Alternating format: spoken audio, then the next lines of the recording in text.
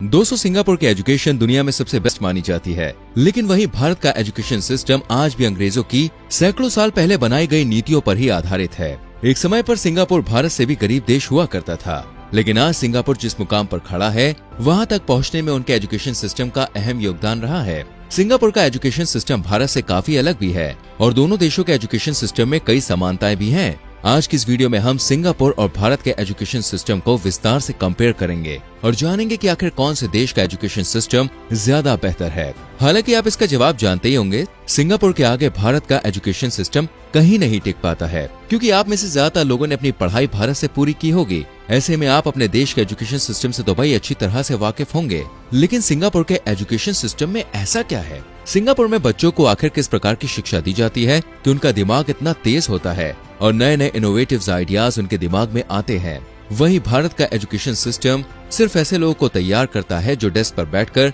9 से 5 की जॉब पूरी कर सके। आज की वीडियो में हम ये जानेंगे कि सिंगापुर के एजुकेशन सिस्टम आखिर काम कैसे करता है। तो चलिए दोस्तों, बिना देरी के शुरू करते हैं आज की इस वीडियो को।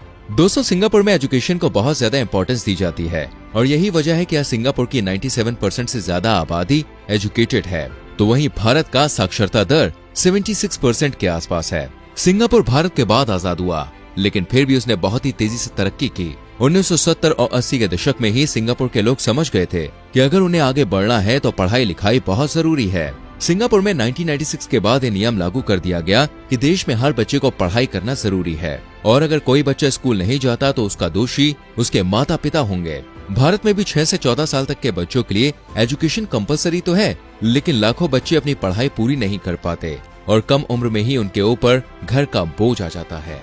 सिंगापुर के स्कूल का इंफ्रास्ट्रक्चर भी दोस्तों बहुत ही बेहतरीन है। वहाँ के सरकारी स्कूल भी भारत के प्राइवेट स्कूल से बेहतर होते हैं। सभी स्कूलों में साफ सफाई का खास ध्यान रखा जाता है, बच्चों को पीने का साफ पानी मिल सके, क्लासरूम में बच्चों को अच्छा फर्नीचर मिले, इन सब बातों का सिंगापुर की सरकार ध्यान रखती है। तो वहीं भारत के सरकारी स्कूलों की हालत आप अच्छे से जानते ही हैं। स्कूलों में पानी की मशीन तो लगी होती है, लेकिन कई सालों तक उनकी सफाई नहीं होती है।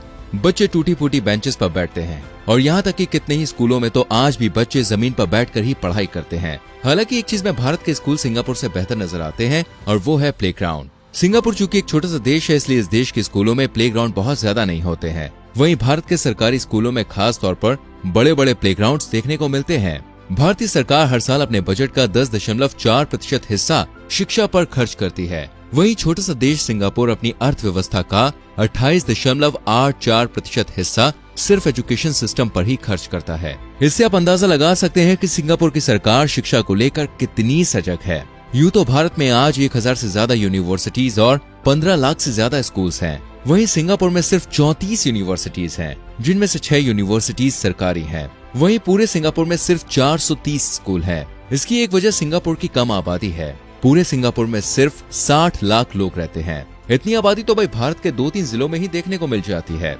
स्टूडेंट्स और टीचर्स के बीच अनुपात में भी सिंगापुर भारत से कहीं बेहतर है। सिंगापुर में हर 12 स्टूडेंट्स पर औसतन एक टीचर मौजूद है। वहीं भारत में 30-35 स्टूडेंट्स पर एक टीचर है। उत्तर प्रदेश और बिहार जैसे राज्यों के कितने ही स्कूलों में तो 100 से ज्यादा छात्रों पर सिर्फ एक ही शिक्षक मौजूद है। इतनी बड़ी संख्या में बच्चों को पढ़ाना, उन पर ध्यान देना और उन्हें कंट्रोल करना आपको लगता है आसान है? नहीं, बिल्कुल नहीं। पीसा यानी programme for international student assessment एक प्रकार का दोस्तों एग्जाम होता है, जिसमें दुनिया के तमाम देशों के बच्चे हिस्सा लेते हैं। इस एग्जाम में मैथ, साइंस और रीजनिंग जैसे सवाल पूछे जाते हैं। सिंगापुर की रैंक इस एग्जाम में हर साल नंबर 1 रही है। ये एग्जाम हर 3 साल में कंडक्ट कराया जाता है। वहीं भारत ने आखिरी बार इस एग्जाम में साल 2009 में हिस्सा लिया था। और आपको जान के शर्मिंदगी महसूस जरूर होगी कि 73 देशों में से भारत को 72वीं रैंक मिली थी। इसके बाद दोस्तों भारत में एजुकेशन सिस्टम को लेकर काफी बवाल भी हुआ था और उस बवाल को शांत करने के लिए भारत ने फिर कभी पीसा टेस्ट में हिस्सा ही नहीं लिया।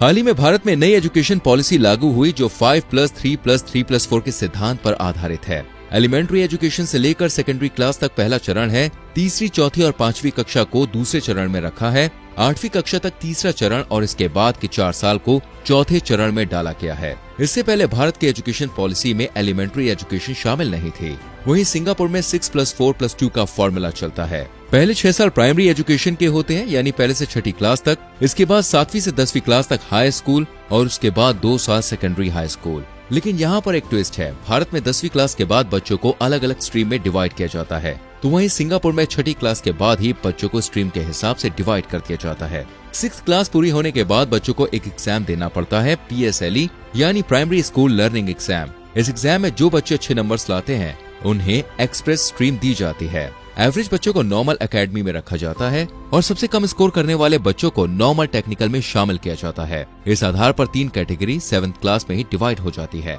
सन 1980 में सिंगापुर में ये स्ट्रीम कैटेगरी का फॉर्मूला लागू किया गया था। इसमें कमजोर बच्चों को उनके हिसाब से शिक्षा दी जाती है और एक्सप्रेस स्ट्रीम वाले बच्चों को थोड़ी हाई लेवल की एजुकेशन प्रोवाइड कराई जाती है। ये कैटेगरी का सिस्टम आगे तक जारी रहता है। 10वीं क्लास के बाद एक्सप्रेस स्ट्रीम के बच्चे O लेवल का एग्जाम देते हैं और जूनियर कॉलेज में एडमिशन लेते हैं और 12वीं के बाद वो यूनिवर्सिटी में एंट्री करते हैं। वहीं नॉर्मल एकेडमी और नॉर्मल टेक्निकल के बच्चे सीधे यूनिवर्सिटी में प्रवेश नहीं कर सकते हैं। उनके पास पॉलिटेक्निक, आर्ट या फिर इंस्टीट्यूट ऑफ टेक्निकल एजुकेशन में से एक चीज चुनने का अवसर होता है। हालांकि 7वीं से 10वीं के बीच अगर कोई स्टूडेंट अपर स्ट्रीम में जाना चाहे तो वो एक एग्जाम क्लियर करके अपना लेवल अपग्रेड कर सकता है। लेकिन सिंगापुर के सिस्टम में कई खामियां देखने को मिली। एक्सप्रेस स्ट्रीम के स्टूडेंट्स खुद को बेस्ट समझने लगते हैं, तो वहीं अन्य 2 स्ट्रीम के बच्चों के अंदर खुद के प्रति हीन भावना आने लगी और अपर स्ट्रीम के बच्चों को देखकर उनके मन में ईर्ष्या आने लगती है। नॉर्मल स्ट्रीम के बच्चों को ऐसा लगता है कि वो जिंदगी में कुछ कर ही नहीं पाएंगे और बहुत ही जल्दी वो हिम्मत भी हार जाते हैं। सिंगापुर की सरकार पिछले कई सालों से बच्चों के अंदर ये बात नोटिस कर रही है, इसलिए सरकार ने ऐसा फैसला कर लिया है कि वो 2024 में स्ट्रीम कैटेगरी को खत्म कर सब्जेक्ट बेस्ड बॉन्डिंग की शुरुआत करेंगे। इसमें बच्चे हर सब्जेक्ट में अलग अलग ग्रेड सिलेक्ट कर पाएंगे। मैथ साइंस जैसे सब्जेक्ट में G1, G2, G3 करके 3 ग्रेड्स होंगे। इसमें ग्रेड 3 बेस्ट होगा तो वहीं ग्रेड 1 आसान होगा। लैंग्वेज जैसे सब्जेक्ट्स में कोई ग्रेड सिस्टम नहीं होगा और उसमें सभी बच्चों को एक जैसी शिक्षा मिल पाएगी। वहीं भारत की बात करें तो भारत अंग्रेजों के एजुकेशन सिस्टम को ही अपना रहा है। समय समय पर थोड़े बहुत चेंजेस उसमें किए जाते हैं, लेकिन ये बदलाव देखिए ना काफी है। आज का जमाना ईमेल और इंटरनेट का है, लेकिन आज भी बच्चों को स्कूल में लेटर राइटिंग में टॉपिक्स दिए जाते हैं। अपने अंकल को घड़ी के लिए धन्यवाद करें या फिर जन्मदिन पर न आने के लिए माफी मांगते हुए दोस्त को पत्र लिखें। इसकी बजाय बच्चों को सिखाना चाहिए कि अपने बॉस को मेल कैसे करें, क्योंकि ये तो टीचर्स और सरकार दोनों ही जानते हैं कि आज के समय में पत्र लिखकर कोई अपने अंकल को धन्यवाद नहीं कहता। सिंगापुर सहित दुनिया के ज्यादातर देशों में इंग्लिश को एक लैंग्वेज के तौर पर ही ट्रीट किया जाता है और अगर किसी को इंग्लिश लैंग्वेज नहीं आती तो हो सकता है कि उसे दूसरी लैंग्वेज आती हो। लेकिन दोस्तों, भारत में इंग्लिश को लैंग्वेज की बजाय मेन सब्जेक्ट का दर्जा दे दिया गया है और अगर किसी की इंग्लिश कमजोर है तो उसे बिलो द एवरेज स्टूडेंट समझ लिया जाता है। इस पर कोई बात ही नहीं करता कि इंग्लिश एक सब्जेक्ट नहीं, सिर्फ लैंग्वेज है। लैंग्वेज न आने पर आप किसी बच्चे को जज नहीं कर सकते हैं। सिंगापुर के एजुकेशन सिस्टम की एक और अच्छी बात यह है कि इस देश में टेक्स्ट बुक्स को प्राइवेटाइज्ड किया हुआ है, यानी स्कूल्स अपनी मर्जी के हिसाब से अलग अलग एजुकेटर्स के बुक्स और सिलेबस अपने स्कूल में लगा सकते हैं। तो वहीं भारत में सरकार सिर्फ NCERT की किताबों पर जोर देती है। प्राइवेट स्कूल्स कुछ अलग अलग पब्लिशर्स के बुक्स अपने स्कूल में लगाना चाहते हैं, लेकिन सरकार का कहना है कि सभी स्कूलों में एक जैसी पढ़ाई होनी चाहिए और इसके लिए NCERT की किताबों से ही सभी स्कूलों में पढ़ाई होनी चाहिए। किसी भी देश के एजुकेशन सिस्टम में दोस्तों टीचर्स की सैलरी भी काफी अहम होती है। एक टीचर को अगर अच्छी सैलरी मिलेगी तो वो बच्चों पर और ज्यादा ध्यान देगा या देगी और वो मन लगाकर उन्हें पढ़ाएगा भी। भारत के प्राइवेट स्कूल्स में टीचर्स की औसत सैलरी 18 से 20 हजार रूपए है और नए टीचर्स को 7,000 रूपए की मंथली सैलरी में ही संतुष्ट होना पड़ता है। सरकारी स्कूलों में टीचर्स को ठीक ठाक सैलरी मिलती है, लेकिन सिंगापुर के मुकाबले भी वो काफी कम है। सिंगापुर में टीचर्स को 1.5 से 2 लाख रुपए महीने का वेतन मिलता है। बड़े स्कूल्स में और अनुभवी टीचर्स का वेतन 20 से 25 लाख रुपए महीना भी होता है। सिंगापुर और भारत के एजुकेशन सिस्टम में कई समानताएं भी हैं, जिन्हें आप सिंगापुर के एजुकेशन सिस्टम का ड्रॉबैक भी कह सकते हैं। भारत की ही तरह सिंगापुर में बच्चों पर अच्छे मार्क्स लाने का दबाव बनाया जाता है। भारत की तरह ही सिंगापुर में बच्चों को काफी ज्यादा होमवर्क दिया जाता है। वहीं हम यूरोपियन देशों की बात करें तो बच्चों को होमवर्क ना के बराबर मिलता है और होमवर्क के तौर पर अलग अलग एक्टिविटीज कराने के लिए बच्चों को कहा जाता है। सिंगापुर में भी ट्यूशन का कल्चर है। लगभग 97% बच्चे स्कूल से घर आने के बाद अलग से ट्यूशन के लिए जाते हैं और भारत में भी ट्यूशन का कल्चर काफी कॉमन है। सिंगापुर में भी बच्चों को रट्टाफिकेशन के लिए कहा जाता है। हालांकि प्रैक्टिकल नॉलेज और नए आइडियाज के बारे में बात की जाती है, लेकिन जापान या यूरोपीय देशों के मुकाबले प्रैक्टिकल नॉलेज के मामले में सिंगापुर थोड़ा पीछे रह जाता है।